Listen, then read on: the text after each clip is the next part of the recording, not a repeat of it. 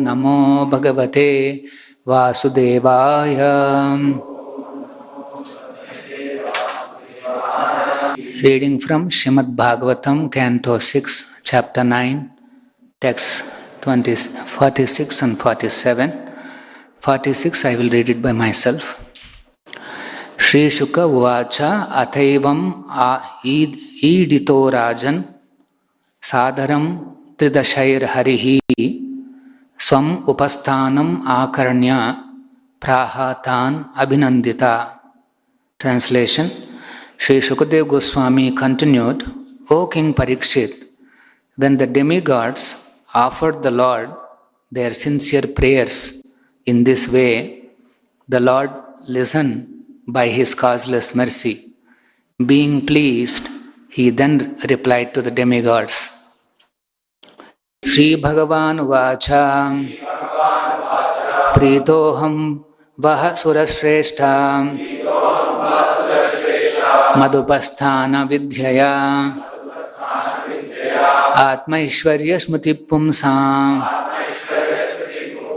Bhaktischaiva Yayamayi. Translation and purport by His Divine Grace A.C. Bhaktivedanta Swami Srila Prabhupada. Translation. The Supreme Personality of Godhead said, O beloved demigods, you have offered your prayers to me with great knowledge, and I am certainly most pleased with you. A person is liberated by such knowledge, and thus he remembers my exalted position, which is above the conditions of material life. Such a devotee is fully purified by offering prayers in full knowledge. This is the source of devotional service to me. Purport by Srila Prabhupada. Another name of the Supreme Personality of Godhead is Uttama Shloka, which means that he is offered prayers with selected verses. Bhakti means Shravanam Kirtanam Vishnu, chanting and hearing about Lord Vishnu. Impersonalists cannot be purified, for they do not offer personal prayers to the Supreme Personality of Godhead. Even though they sometimes offer prayers, the prayers are not directed towards the Supreme Person. Impersonalists sometimes show their incomplete knowledge by addressing the Lord as being nameless. They always offer prayers indirectly saying, you are this, you are that. But they do not know to whom they are praying. A devotee, however, always offers personal prayers. A devotee says, Govindam Adipurusham Tamaham Bhajami. I offer my respectful obeisances unto Govinda and to Krishna. That is the way to offer prayers. If one continues to offer such personal prayers to the Supreme Personality of Godhead, he is eligible to become a pure devotee and return home back to Godhead. The sense the Bhaktivedanta purport. So we are reading from the chapter, the appearance of the demon, Vritrasura. And about 3 shlokas before, we have seen that Vritrasura already appears as the Tvashta's son, and the demigods, being afraid of Vritrasura, they approach Vishnu and they offer their heartfelt prayers to Vishnu. And by listening to those prayers, Lord Vishnu is now addressing the demigods, and he says, Pritoham Vahasurashreshta. He says, I am very pleased with your prayers. So this is the success of life. You are standing in front of Lord Vishnu and he is saying, I am satisfied with you. And that is our success. Although the demigods approached him for some material benefit, they are his servants administrating the universe. So they have difficulty. In difficulty, A devotee has no other shelter than Krishna. So, the Lord, when he saw that the demigods are approaching him, the first thing that he did was, he carefully listened to them. Here it is mentioned, Akarnya. Akarnya means the Lord carefully listened to the demigods and their prayers. The Lord is so powerful that he listens to what is spoken and what is not spoken. What is there in the heart, what is there in the chitta, everything he understands. And it is his causeless mercy that he listens to such prayers. Actually, Krishna listens to every jiva. He is always listening to us, and he is trying to communicate to us, but then if the jiva is not capable to receive that communication from the Lord in the heart, the Lord sends his pure devotee. He himself comes out in front of us as the spiritual master. And then he teaches us how we can offer heartfelt prayers to Vishnu. So that's why if you see, the Lord is saying that you have offered your prayers with great knowledge. So prayers have to be offered with great knowledge. That's why the spiritual master he appears and he teaches us how we should offer our prayers. And some devotees, they offer prayers saying that please give us our daily meal and daily necessities. That is one type of knowledge. And Prabhupada, he has come down in order to teach us how to offer prayers without expecting anything in return for my comfort, for my enjoyment. This pure devotional attitude attracts the Lord quickly. So Prabhupada taught us how to offer prayers with pure devotional attitude. And the worst prayers are offered by the impersonalists. If you see, Lord is always receiving the prayers. And the worst category is from the impersonalists. So Prabhupada is mentioning in the purport that they don't even know whom they are offering their prayers to. And sometimes their prayers are, you have no nose, you have no head, you have no legs, you have no hands. That's the kind of prayer they offer. So, prayers means Uttama Shloka. The devotee carefully selects his words and verses in order to glorify Krishna. Very, very, he spends a lot of time, in selecting the right word.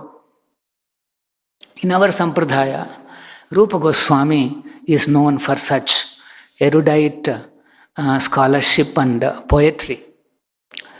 It is mentioned in the Antya Chaitanya Charitamrita that Rupa Goswami, he meets Lord Chaitanya for the second time, and then he shows his works, Lalita Madhava and Vidagdha Madhava.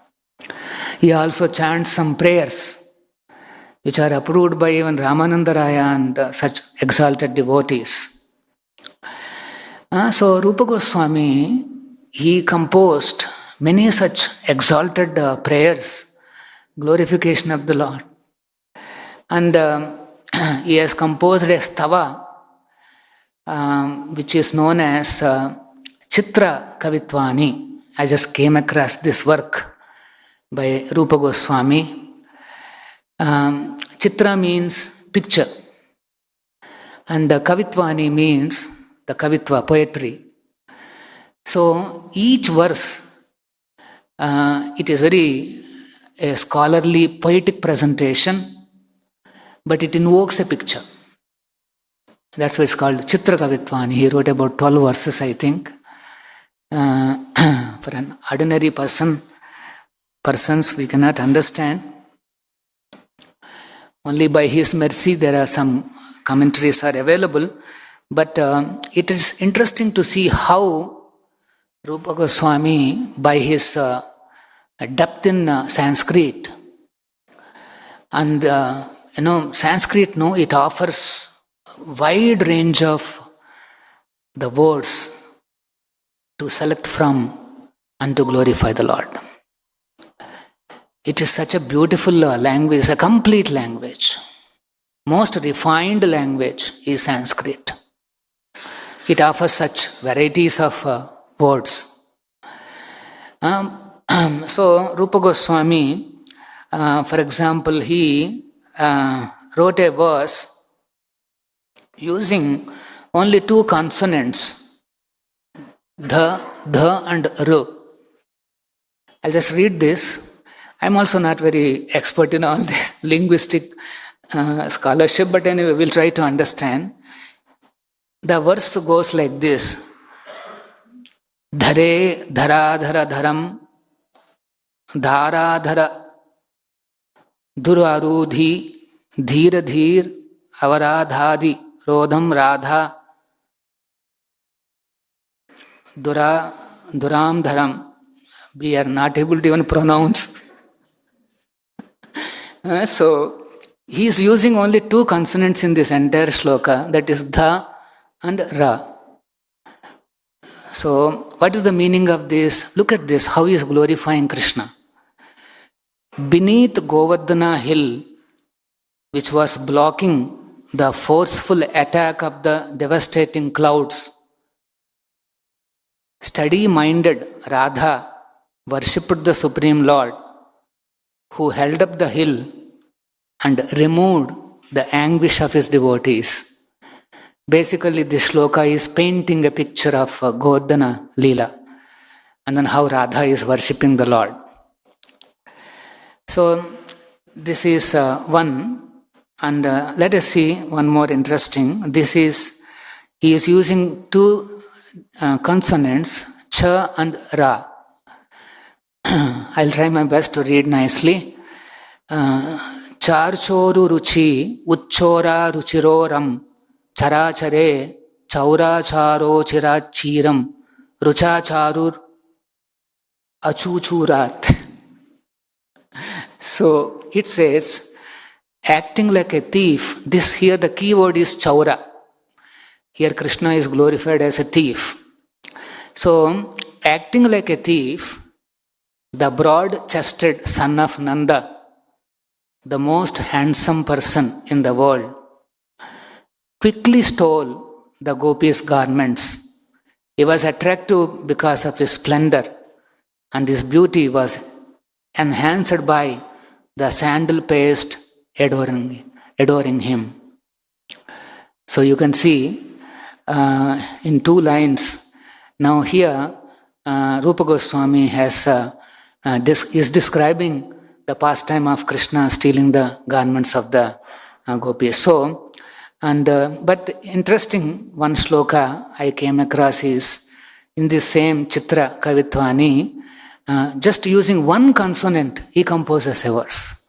It is na, using na. So let me try. Ninunnano nanam nunam nanu non nananu. Sorry, nano nuni nane nanam ninam ninam nenam naunam naunam nana nano nanu. Even if I read wrong, I'm sure you will not recognize. So, did not the many-headed Lord Brahma, who impels the various demigods, offer prayers with the tears streaming down his face, trying to pacify Lord Krishna, the killer of Shakatashura? Now here he is describing, see there is a picture, it is creating a picture by which you can see Lord Brahma is offering prayers to Krishna after that pastime of stealing his friends, cowherd friends. So you can see Rupa Goswami in innumerable formats, poetry, he glorified Krishna. Krishna's, this is Uttama Shloka Gunanuvarnane. The devotees are impelled to select the best formats, best words to glorify Krishna. Of course, in the same parampara, Prabhupada has appeared, but Prabhupada didn't have this opportunity. His guru asked him to preach in English, so he is tasked with describing Krishna's glories in English language. Sanskrit is most refined and all the words are available. I forgot, in some verse, Prabhupada the verse describes that there are so many jalpa, prajalpa, vijalpa, like that 8 types of jalpas are there. And then Prabhupada says, prajalpa means, we know, very familiar with prajalpa. Prajalpa means, gramya katha, simply talking something not relevant to Krishna. And so Prabhupada translates 1 or 2 words and he says, rest of the words do not have equivalent words in English. He concludes there because not easy to describe. Sanskrit, it gives you the vocabulary to express even the finest sentiments a human being can go through. Whereas English doesn't have that. And also it has a grammar which is not systematic. English grammar, pronunciations, are not easy. Like one simple example is, Prabhupada himself sometimes points out these discrepancies in the language. He says, you say B-U-T, but you say P-U-T, put. You should say pat. But and pat, but no, you say put. So it has changed. So Sanskrit is not like that. So the pronunciation, everything is highly reformed. So when Prabhupada was writing his purports, he was trying to collect all the best words available to glorify Krishna.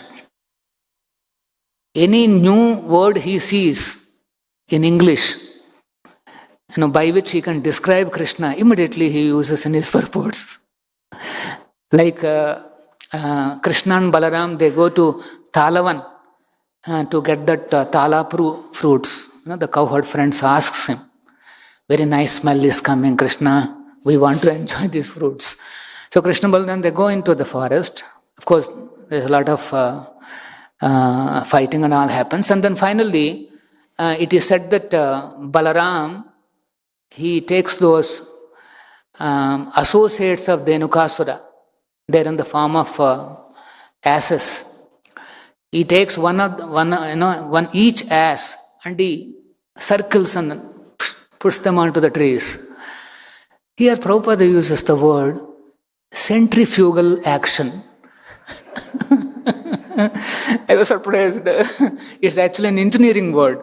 Centrifugal force. We read in some of the mechanical science. By the centrifugal action of Krishna, the demon died before even thrown onto the tree. He writes the purport. So the other day I was reading, he's using the words status quo. And then he's using the word locus standi.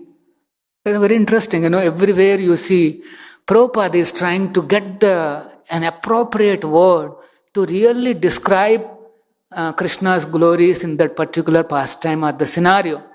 But unfortunately, English doesn't have that kind of a support.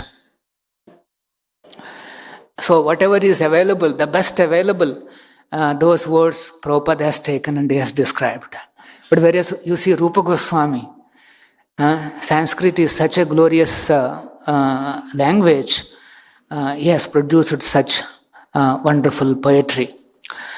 So, Prabhupada is saying Uttama Shloka. Krishna's another word is Uttama Shloka. The shlokas, the verses are selected. And they are Uttama. There is no ignorance.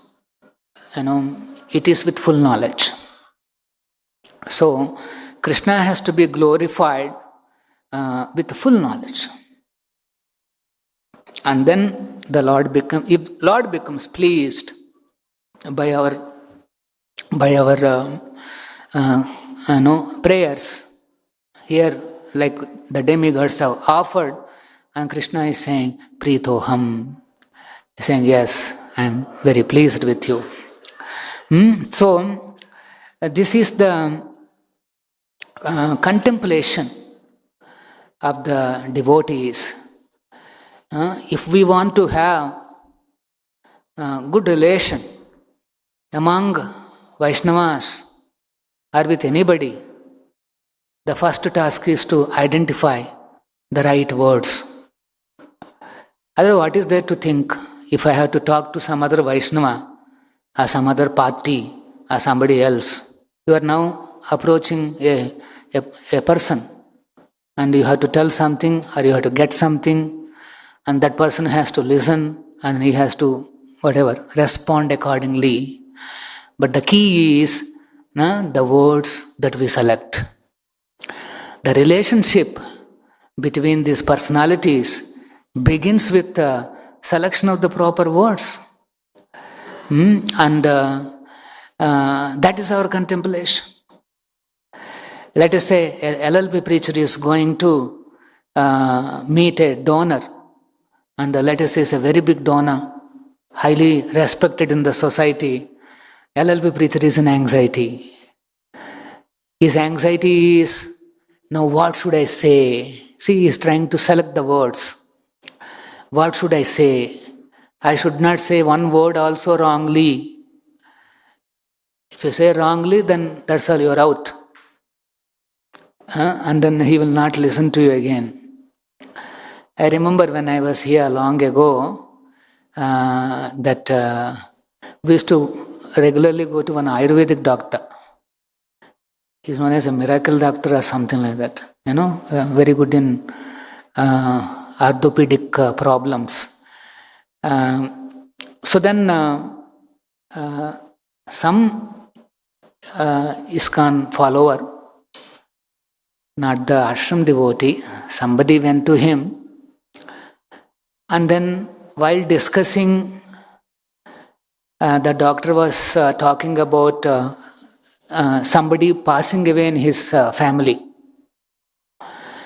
And this ISKCON, whatever follower, he said, Dehano asminada dehe kama. A dhira is not affected by such changes of bodies. The doctor was very upset. One word only he used, he was very upset. And then the doctor said, from now onwards, I will not see any ISKCON follower. And then if there are some complication cases are there, only he can see, then we used to change the dress of the devotee and then send him there. See, one word, one or two words probably he has used, and then that has spoiled the relation. So what is the challenge in our life? As practicing Vaishnava, the challenge is in selecting these nice words. In the 17th chapter, Krishna, he explains the austerities of body, mind, and the speech. He says, I'm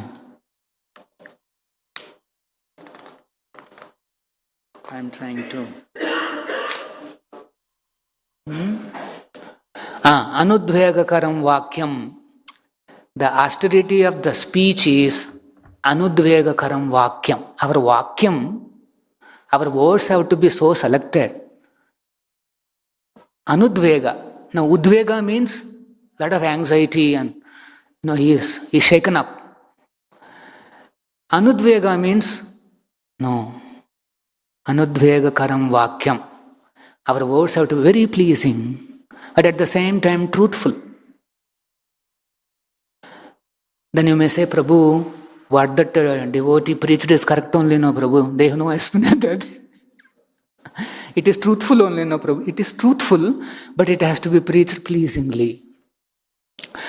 If you have a relation like a Siksha Guru and a kind of a, he is listening to you, he accepts you as a kind of a person to whom he can listen to, then yes, you can use some strong words, smash all the ignorances and this and that, we can try. But otherwise, anudvega karam vakyam, our vakyam. So this is life. We have so much work to do. What is that? On one side it has to be pleasing, on the other side it has to be truthful. Telling the truth straight away on the face, that you're a rascal, you're a fool. That is easy for us, but then the reactions, the other person. But exalted personalities they can do. Prabhupada, openly he can say. Because when they see Prabhupada, they are seeing his compassion. An elderly, saintly person, a Sampradaya Acharya. And when he is talking, already it is hitting their hearts. They can see, where is he coming from? He is not trying to prove his superiority. He is trying to glorify Krishna. He is trying to tell him something. There is an urgency in his message. When Prabhupada is speaking to others, they can see there is some kind of an urgency in Prabhupada's words by which Prabhupada wants to communicate something to him. This is what they feel. It's like Prabhupada says, like the neighbor's house is on fire and neighbors are coming to you with great anxiety and then asking, help us. He says there, the language is immaterial. The situation is like that. And you also understand the anxiety of the people who are requesting for help. So similarly, when they see Prabhupada is trying to communicate something and they know it's very, very crucial for me. But when it comes to us, it is a different phenomenon. We don't have that compassion. We don't have, we have an urgency to take some money, to take something, but we have, that deep compassion for the jiva, for his welfare, that is not there. Although the devotee's intentions are devotional service to Krishna, as long as we are not liberated, we should not use harsh words to preach this message. It should be so pleasing, so nice that they understand and they appreciate.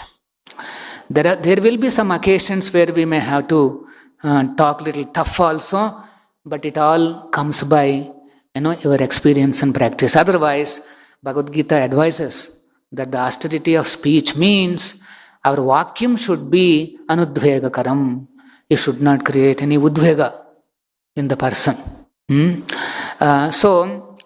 This is so in the community there are so many interactions are going on a day-to-day basis among the Vaishnavas, either the ashram community, extended community.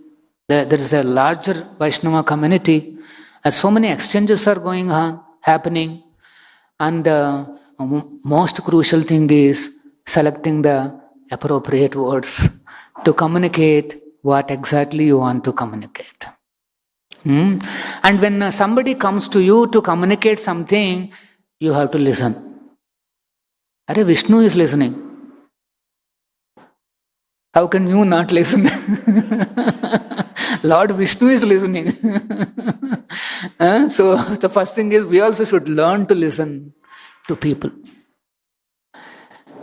Don't try to immediately preach. You listen to whatever he is planning to say. A very important point. This is. Particularly for outsiders, when you go, we will be meeting very big people. And all these big people have so many things to say. They have so much experience, so many things in their hearts, so many things to say, but there is nobody who can listen to them. Everybody has something to say, but there is nobody to listen. So when devotees go, if you can listen to him, you are a rare person for him. But nobody listens to them. So if you can listen to him, it's a wonderful... It could be 10 minutes, it could be 20 minutes, half an hour. You go on listening. In the end, you will say, Swami ji, मैंने बहुत बोल दिया, क्या चाहिए आपको?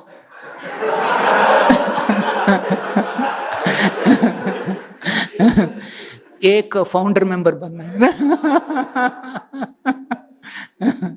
You look at this technique used by how Lord Chaitanya. When Lord Chaitanya goes first time to have darshan of Jagannath, he sees Lord Jagannath in great ecstasy and he becomes unconscious. And then just nearby standing was Sarvabhauma Bhattacharya, the leading Mayavadi of the country.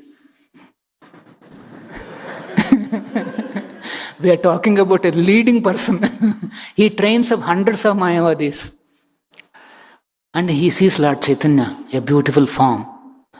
Immediately he takes him to his house. And he puts a little cotton swab just to see whether is there any. So he understands that he is alive. Then he realizes that he is experiencing highest emotions. There are some technical words mentioned, not able to recollect. Very interesting to read those purports. Again, it's a sans selected word. Very nice word to describe what is happening in Lord Chaitanya's sharira, in his heart, in his chitta. So that's the description. And then when Lord Chaitanya comes to the Bahya Smriti, then Sarvabhauma Bhattacharya says, you are a young sannyasi and you are also looking very beautiful and handsome. How will you be able to manage your sannyas without understanding Vedanta? Vedanta means pumping in renunciation. Not this body, not this world, no, neti.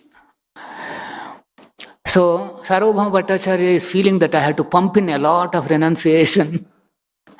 Then only Lord Chaitanya will be able to maintain his sannyas as a young person. So he tells Lord Chaitanya that I want to tell you the whole Vedanta Sutra. I said, yes. And you see how Lord Chaitanya, his behavior, he simply sits and goes on. 7 days he goes on talking about Vedanta Sutra and all those things. And Lord Chaitanya is simply hearing. Sarvabhauma Bhattacharya is not able to understand whether Lord Chaitanya understood or not.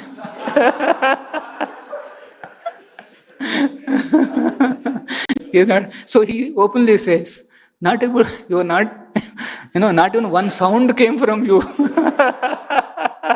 Are you understanding or what is happening? Do you understand Vedanta? So Lord Chaitanya says, I understand Vedanta, but I have not understood your way of telling Vedanta. Then Sarvabhauma Bhattacharya says, because after all 7 days he spoke and then he heard. He says, okay, let me hear what you want to say. What is your version of Vedanta?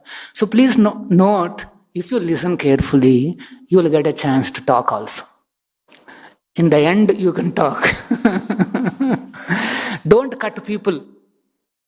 Let them explain, As soon as he says, somebody passed away, something immediately, Devano Asminadadi, Vashamsi Jirnaneto. No, don't do all this.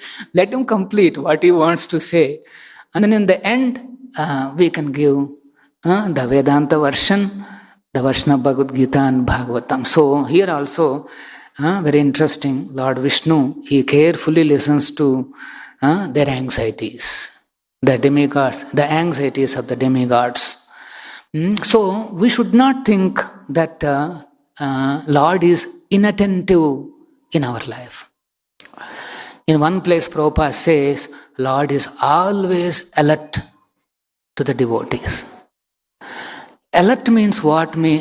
Whether you express, whether you offer prayers or not, whether you are able to communicate what is going on or not, Lord is already alert. And He is making the arrangements to protect you, to maintain you, to rescue you from whatever that is coming up.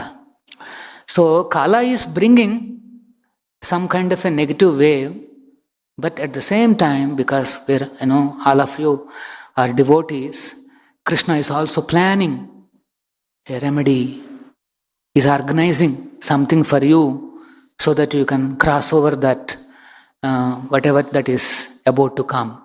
And as soon as a devotee sees a challenge coming up on the radar, first time he realizes something, immediately you should try to take some steps to address those challenges in life.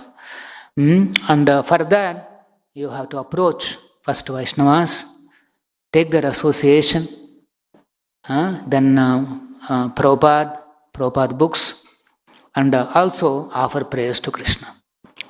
So here we can see the demigods are in that mood. They have a big challenge. Dhritarashtra is not an ordinary demon. They know that. They know his power. It's going to be a complicated issue. And so they have first offered prayers. Towards the end of their prayers, they communicated their issue, their problem. They said, we have this challenge. Dhritarashtra has come. And but then Lord is very happy. Pritoham vasura shrestha madupasthana vidyaya. Here it is saying highly advanced knowledge.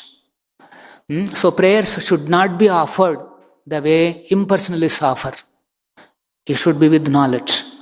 And Prabhupada uses the word personal prayers. When we are offering prayers, we should know we are offering to a personality. When we go in front of Radha and Krishna Chandra, we are offering prayers to the Supreme Personalities. And they are not vigrahas, they are directly the Supreme Personalities. Their bodies may resemble like a vigraha, but actually they are the original lords standing there. Radha and Krishna are personally standing. From Vrindavana, they have come to Card Road, and they have given us an opportunity to live in their association, in their service. So, when a devotee feels the personal presence, then he becomes very happy. Why sometimes we lose happiness and enthusiasm in devotional service? Because we lose sight of personalities. We become focused on processes. We become focused on habits, mind. They're all impersonal. There is a place we have to be concerned, but your solution is personal solution. You have to approach the lordships in such a way. There is one more phenomena that is possible. Sometimes when we read Bhagavatam, we become very enthused. The descriptions about Krishna, Vishnu, when we see, we become very inspired.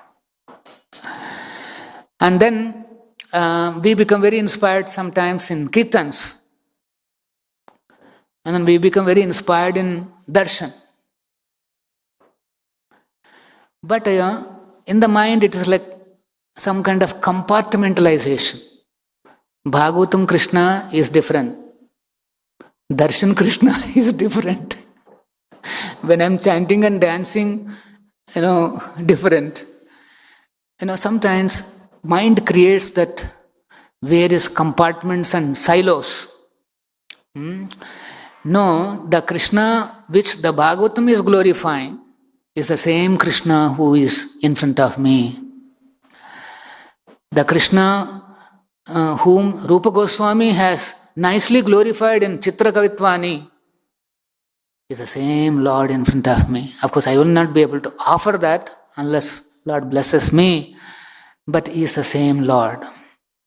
Everything, everywhere, you remember the worshipable deities. We are honoring His remnants. We are glorifying Him during Kirtans. We are having darshan of Krishna, Radha and Krishna Chandra. This is the mood of a devotee. Whole day he knows I am under the shelter of my worshipable deities. So like that, if you can increase the personalism in our day-to-day activities, then we are happy. Why? Because here we can see Vishnu, Krishna is saying, Pritoham. Because Lord is happy, we'll also become happy. Provided we become more and more personal in our dealings with Vaishnavas, with the spiritual master, and with the Supreme Lord. More and more, more and more. And then by Guru and Krishna's blessings, we will feel more enthusiastic to do our services. Any questions?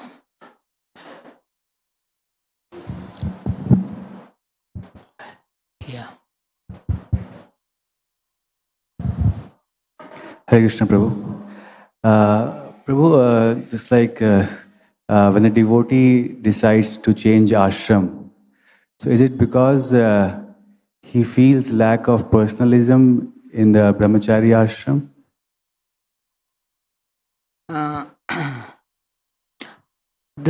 Why some devotees may want to change the ashram, is it because they don't have personalism?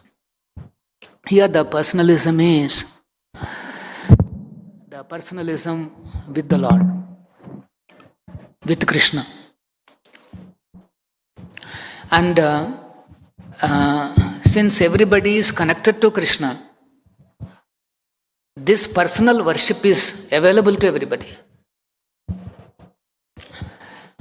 Either a brahmachari or a grihastha or a vanaprastha or a sannyas. This personalism is available.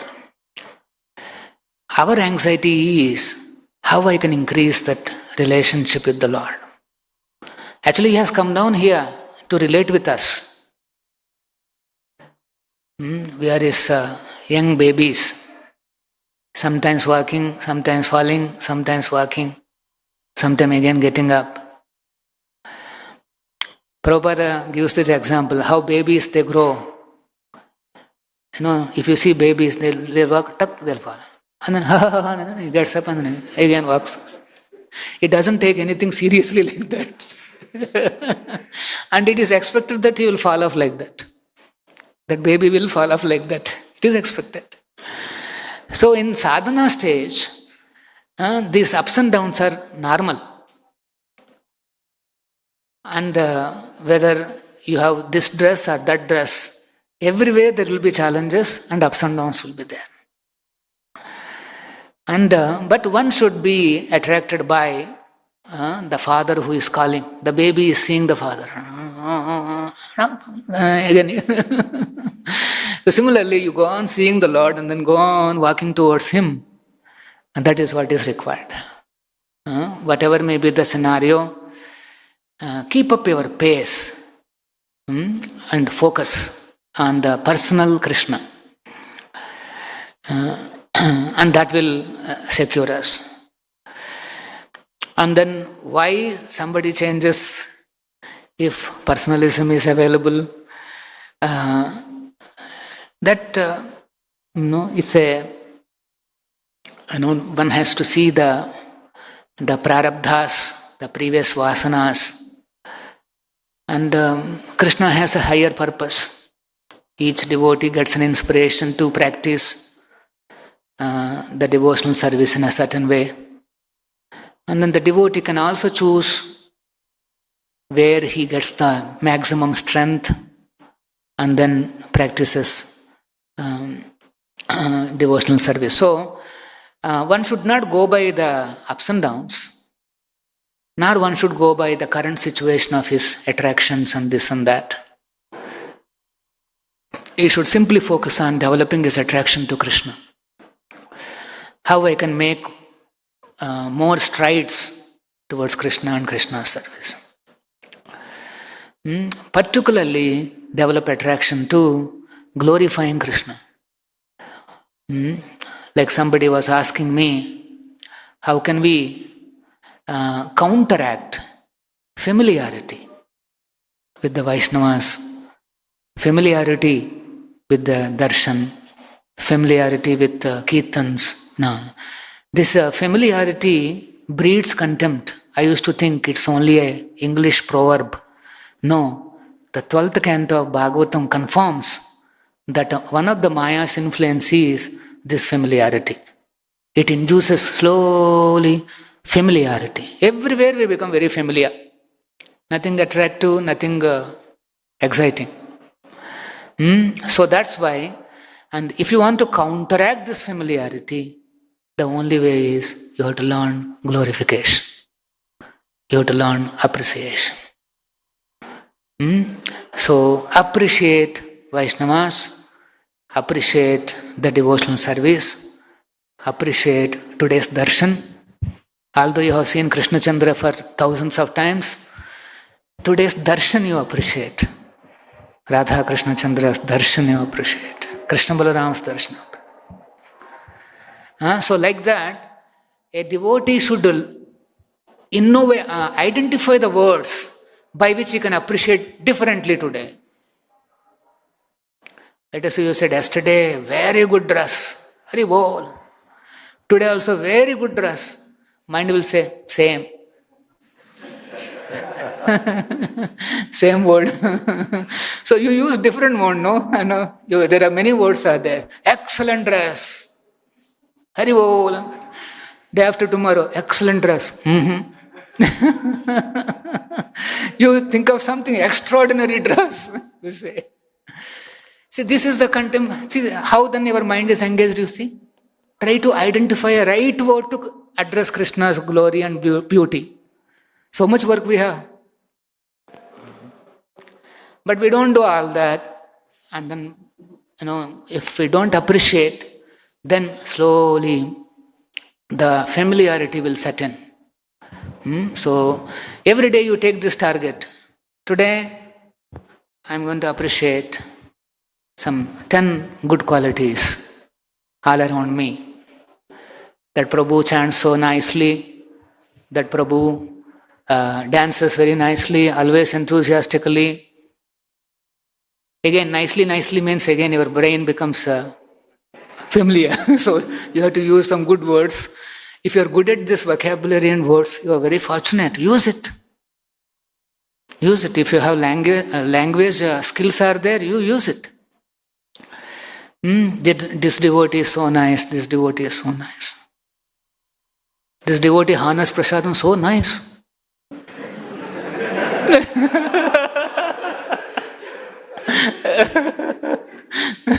That's also good, no? I am not able to.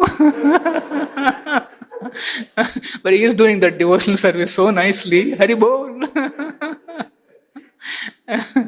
So like that, life is actually exciting, but we create curtains. Already life is exciting, but we are not seeing. You see the exciting life, you investigate the words that can really suit the glorification of this environment, and then our life becomes successful. Okay, so one question. Hare Krishna, Prabhu. Prabhu, the deities, they are the living personalities. They hear us. They know what we are going through, what challenges we are going through, without even our saying.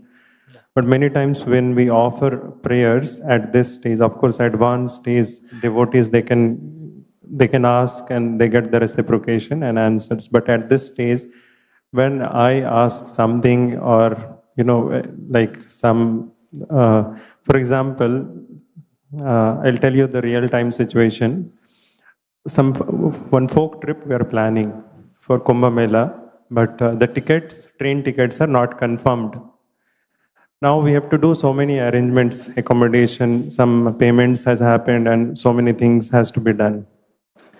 Now I consulted authority. They're saying you take a call, so whether to go or not. So how to take a decision whether I can plan the whole trip and make the payments and all, because if the train tickets only does not get confirmed, then all whatever money or this, it's a loss. So I'm praying, offering prayers to the Lord that what should I do? Should I go or should I not go? Or like this kind of situations. How to, like this, there are so many challenges where we don't know. Authority also, they may take a call. Or so how to make decisions? Yeah. Although the Lord is always alert and He is always vigilant and conscious of our situation, our challenges, He is waiting for us to take the call. Even He is waiting.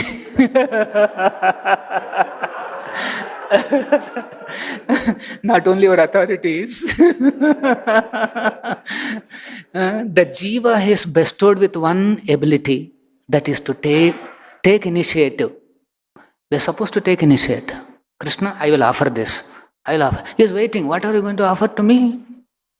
Now it is up to us what initiative we can offer to Krishna. That is His mercy. Otherwise, everything He can do. By the time we come for Darshanati, Lord already decorated, beautiful darshan, everything is ready. Pujaris, we all can sleep. No. It is His mercy that Krishna gives that ability for us to take the initiative. So, for example, now in this pilgrimage, it's a big challenge for somebody to take a call. Whether the railway tickets, whether they get confirmed or not, that's not in our hand. It depends on the batch, size. Let us say you are taking half a dozen. Then, chodo bhai, whether I get the tickets or not, I'll hang and go. But let us say it is 100 people. Oh, it's a big risk. So you have to assess the risk level of the decision. If the risks are very small, impact is this thing, then we can go ahead and take. The risk is very big. We have to very carefully see all the angles, and then only we'll be able to go. So it depends on calculation of your risk perception, and these kind of scenarios will be there innumerable in our lives. Innumerable. Should we build a temple or not? What if the money doesn't come? What if it takes so much time? Like that, every devotee has to. So, but he decides, no, I have to take a step, and let me take an intelligent step. Yes, it is good to pray to the Lord. Please bless me that I will act as per your will, according to for your pleasure, and then see for some signals here and there. You get some signals, and then accordingly you can take a call. Let us say there are no signals, no such thing, and finally you have to take a call. As I said, assess the risk. If you just half a dozen of us, no problem. Somewhere we can manage and go, and then go there. That is one kind of a mood, because you are all youngsters. Little old people are there. You are taking some old people. There is no such thing as hanging and going.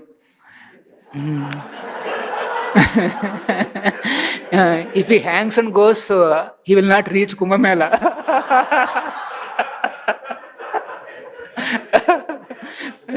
It's a big risk.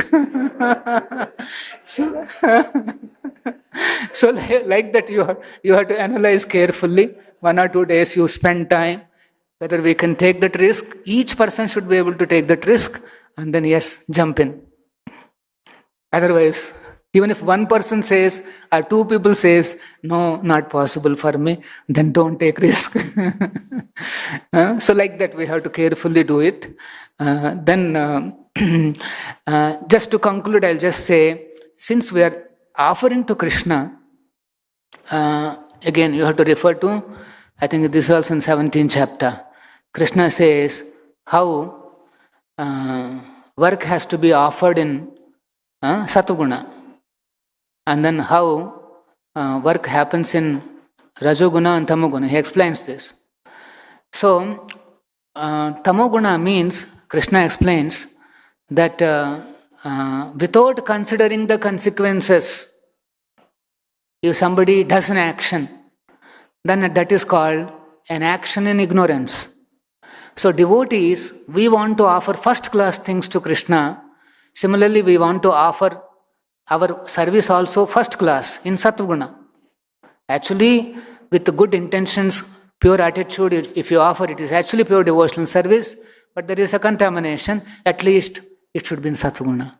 That means we should carefully analyze the consequences and see it is not violent, not harmful, not physically hurting. There are some list is there. You see the list. There is a checklist. You will get a checklist now. You know how to do my work. And each checking point, we should check it out. Then you will understand, okay, my service is now ready for offering to Krishna. This is what Krishna sees, how best we are trying to offer. And then by his blessing, we will all advance more and more in this science. We'll stop here. Srila Prabhupada ki jai, Srimad Bhagavatam ki jai.